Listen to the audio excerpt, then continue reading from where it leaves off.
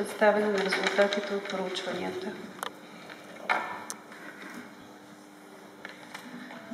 Благодаря. Ще бъда максимално кратък, за да оставим повече време за дискусията. Проведахме социологическо проучване, което беше реализирано от Обединение София 21. Анкетьорският екип, както каза и професор Троева, беше от студенти по урбанистика и архитектура. Някои от тях ги видях и искам да им благодаря. Справиха се чудесно, подходиха много отговорно и съвестно към задачата. Периода на провеждане е 3-22 август. Представителност за пълнолетното население на София, обем на извадката 400 ефективни интервюта, метод на формиране на извадката, квота въз основа на признаците възраст, пол и образование, метод на набиране на информацията, пряко стандартизирано интервю, контрол за достоверност на набраната информация, логически оглед и контролни разговори с 10% от интервюираните. Целите на изследването, основната задача на проучването беше да подпомогне изготвянето на интегриран план за градско възстановяване и развитие и конкретно това проучване имаше 3 цели. Първата беше да установи какви са нагласите на столичани към развитието на града и към квартала, в който живеят. Втората, бих казал, най-съществената, с която ще ви запозная сега, с чието резултати ще ви запозная, да регистрира нагласите към 5 конкретни социални или жилищни зони, обособени предварително на експертно ниво, за които и Яни Вълканов говори. За целта се използваха различни подходи, противопоставяне на различни гледни точки, имащи отношение при избора на зона, обща оценка за конкретните зони, привлекателност и непривлекателност на зоните, една спрямо друга и съответната аргументация, директен избор на зона за въздействие. И третата задача беше да набере първична информация, която ще подпомогне изготвянето на интегриран план на централната зона, тъй като тя има публични функции и от обществена значимост за всички софиянци. Анализът тепърва предстои, тъй като той е важен за следващия етап. Ето ги 5 зони, които тествахме. Яни Вълканов вече ги каза. Зона 1, Хаджи Димитър, Сухата река Левски. Зона 2, Надежда, Връбница, Обелето, Устой, Свобода, Модерно предградие. Зона 3, Красна поляна, Разсадника, Западен парк, Илинден, Света Троица. Зона 4, Овча купел 1 и 2. И зона 5, Дружба 1 и 2. И съвсем накратко с резултатите да ви запозная. Анкетираните трябваше да дадат оценка по 6-балната система от 2 до 6, където 2 е слаба, оценка 6 отличен, която отразява личното им мнение за всяка една от 5 зони. Без мнение като отговори варират в зависимост от зоната от 1/4 до 1/5. Тоест, може да се каже, че повечето столичани имаха мнение и можеха да оценят всяка една от зоните. Жителите и на 5 зони дадаха по-високи оценки на собствените си зони, отколкото останалите жители на града. Това по принцип като тенденция се запазва, че столичани много си харесват кварталите, в които живеят и обикновено ги надценяват.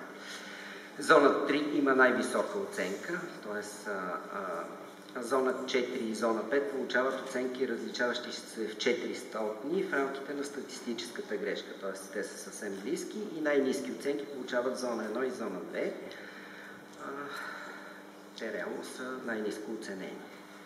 Привлекателност на зоните или в коя от изброените зони бихте живяли? Най-много гласове, близо половината, събра зона 3, която включва, казвам, че избират между 5 зони, нали, не между всички зони на града, а от тези 5 Красна поляна, Разсадника, Западен парк, Илинден, Света Троица. На второ място се подрежда Овча купел с горе-долу на половината като натрупвания.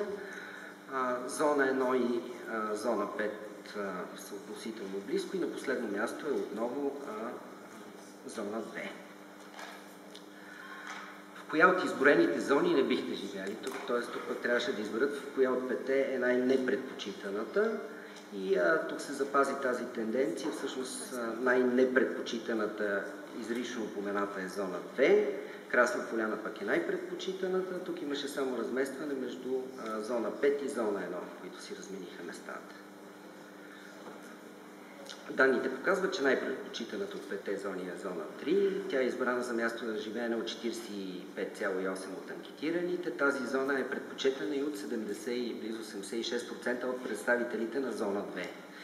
Тоест, зона 2 не просто не е предпочитана, и самите и жители предпочитат да живеят в друга зона, въпреки че има така положително отношение към развитието на квартала, на града. Това са данни, които сега няма да ги представям, но иначе са положително настроени, но все пак, оценявайки ситуацията, предпочитат друга зона. Зона 4 или Овча купел 1 и 2 е втората по предпочитание. На трето място се подреждат, както вече казах, зона 1 и зона 5 и най-нежелана е зона 2.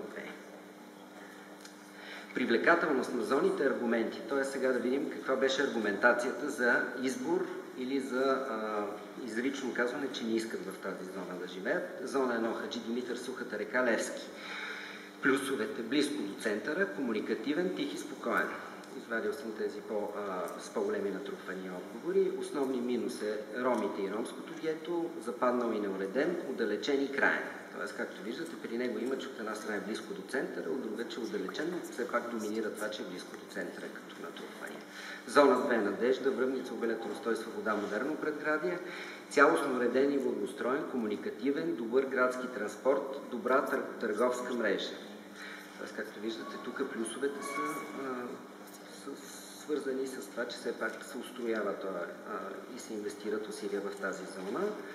Минуси: отдалечени краен, ромите, западнал и неуреден.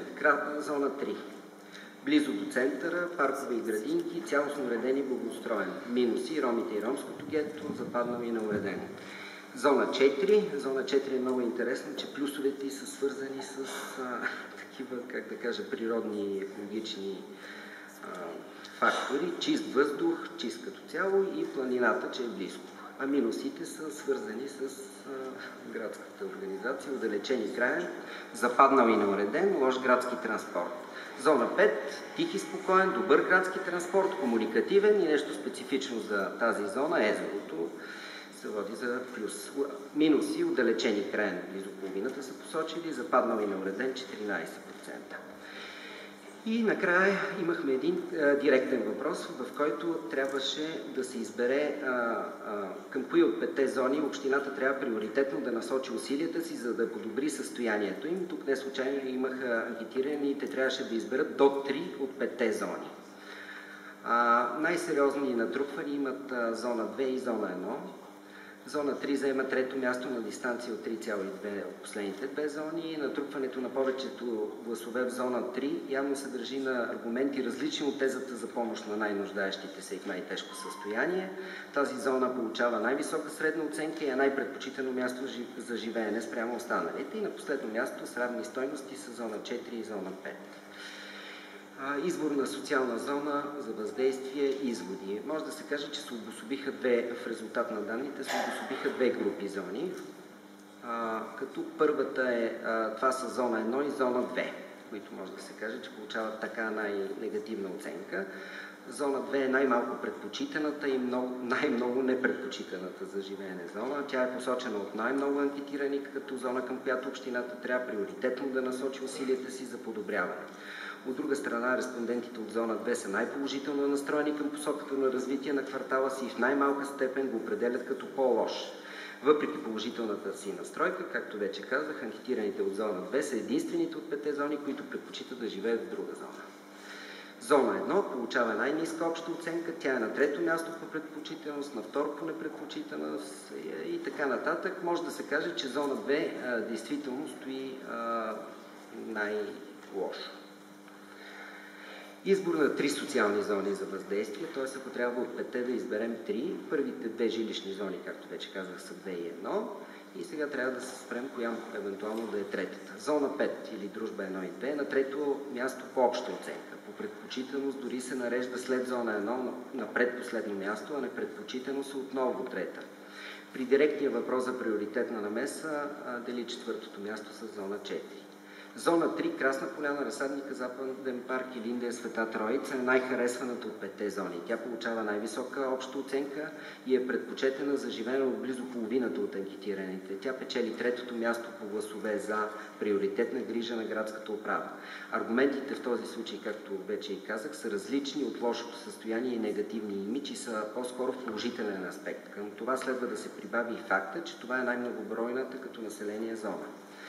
И зона 4, Овчарков 1 и 2, получава висока обща оценка и е на второ място по привлекателност. На директния въпрос за приоритетна намеса отново е на четвърто място, т.е. тя може да каже, че постоянно се стои на четвърто място и се казва четвъртата зона.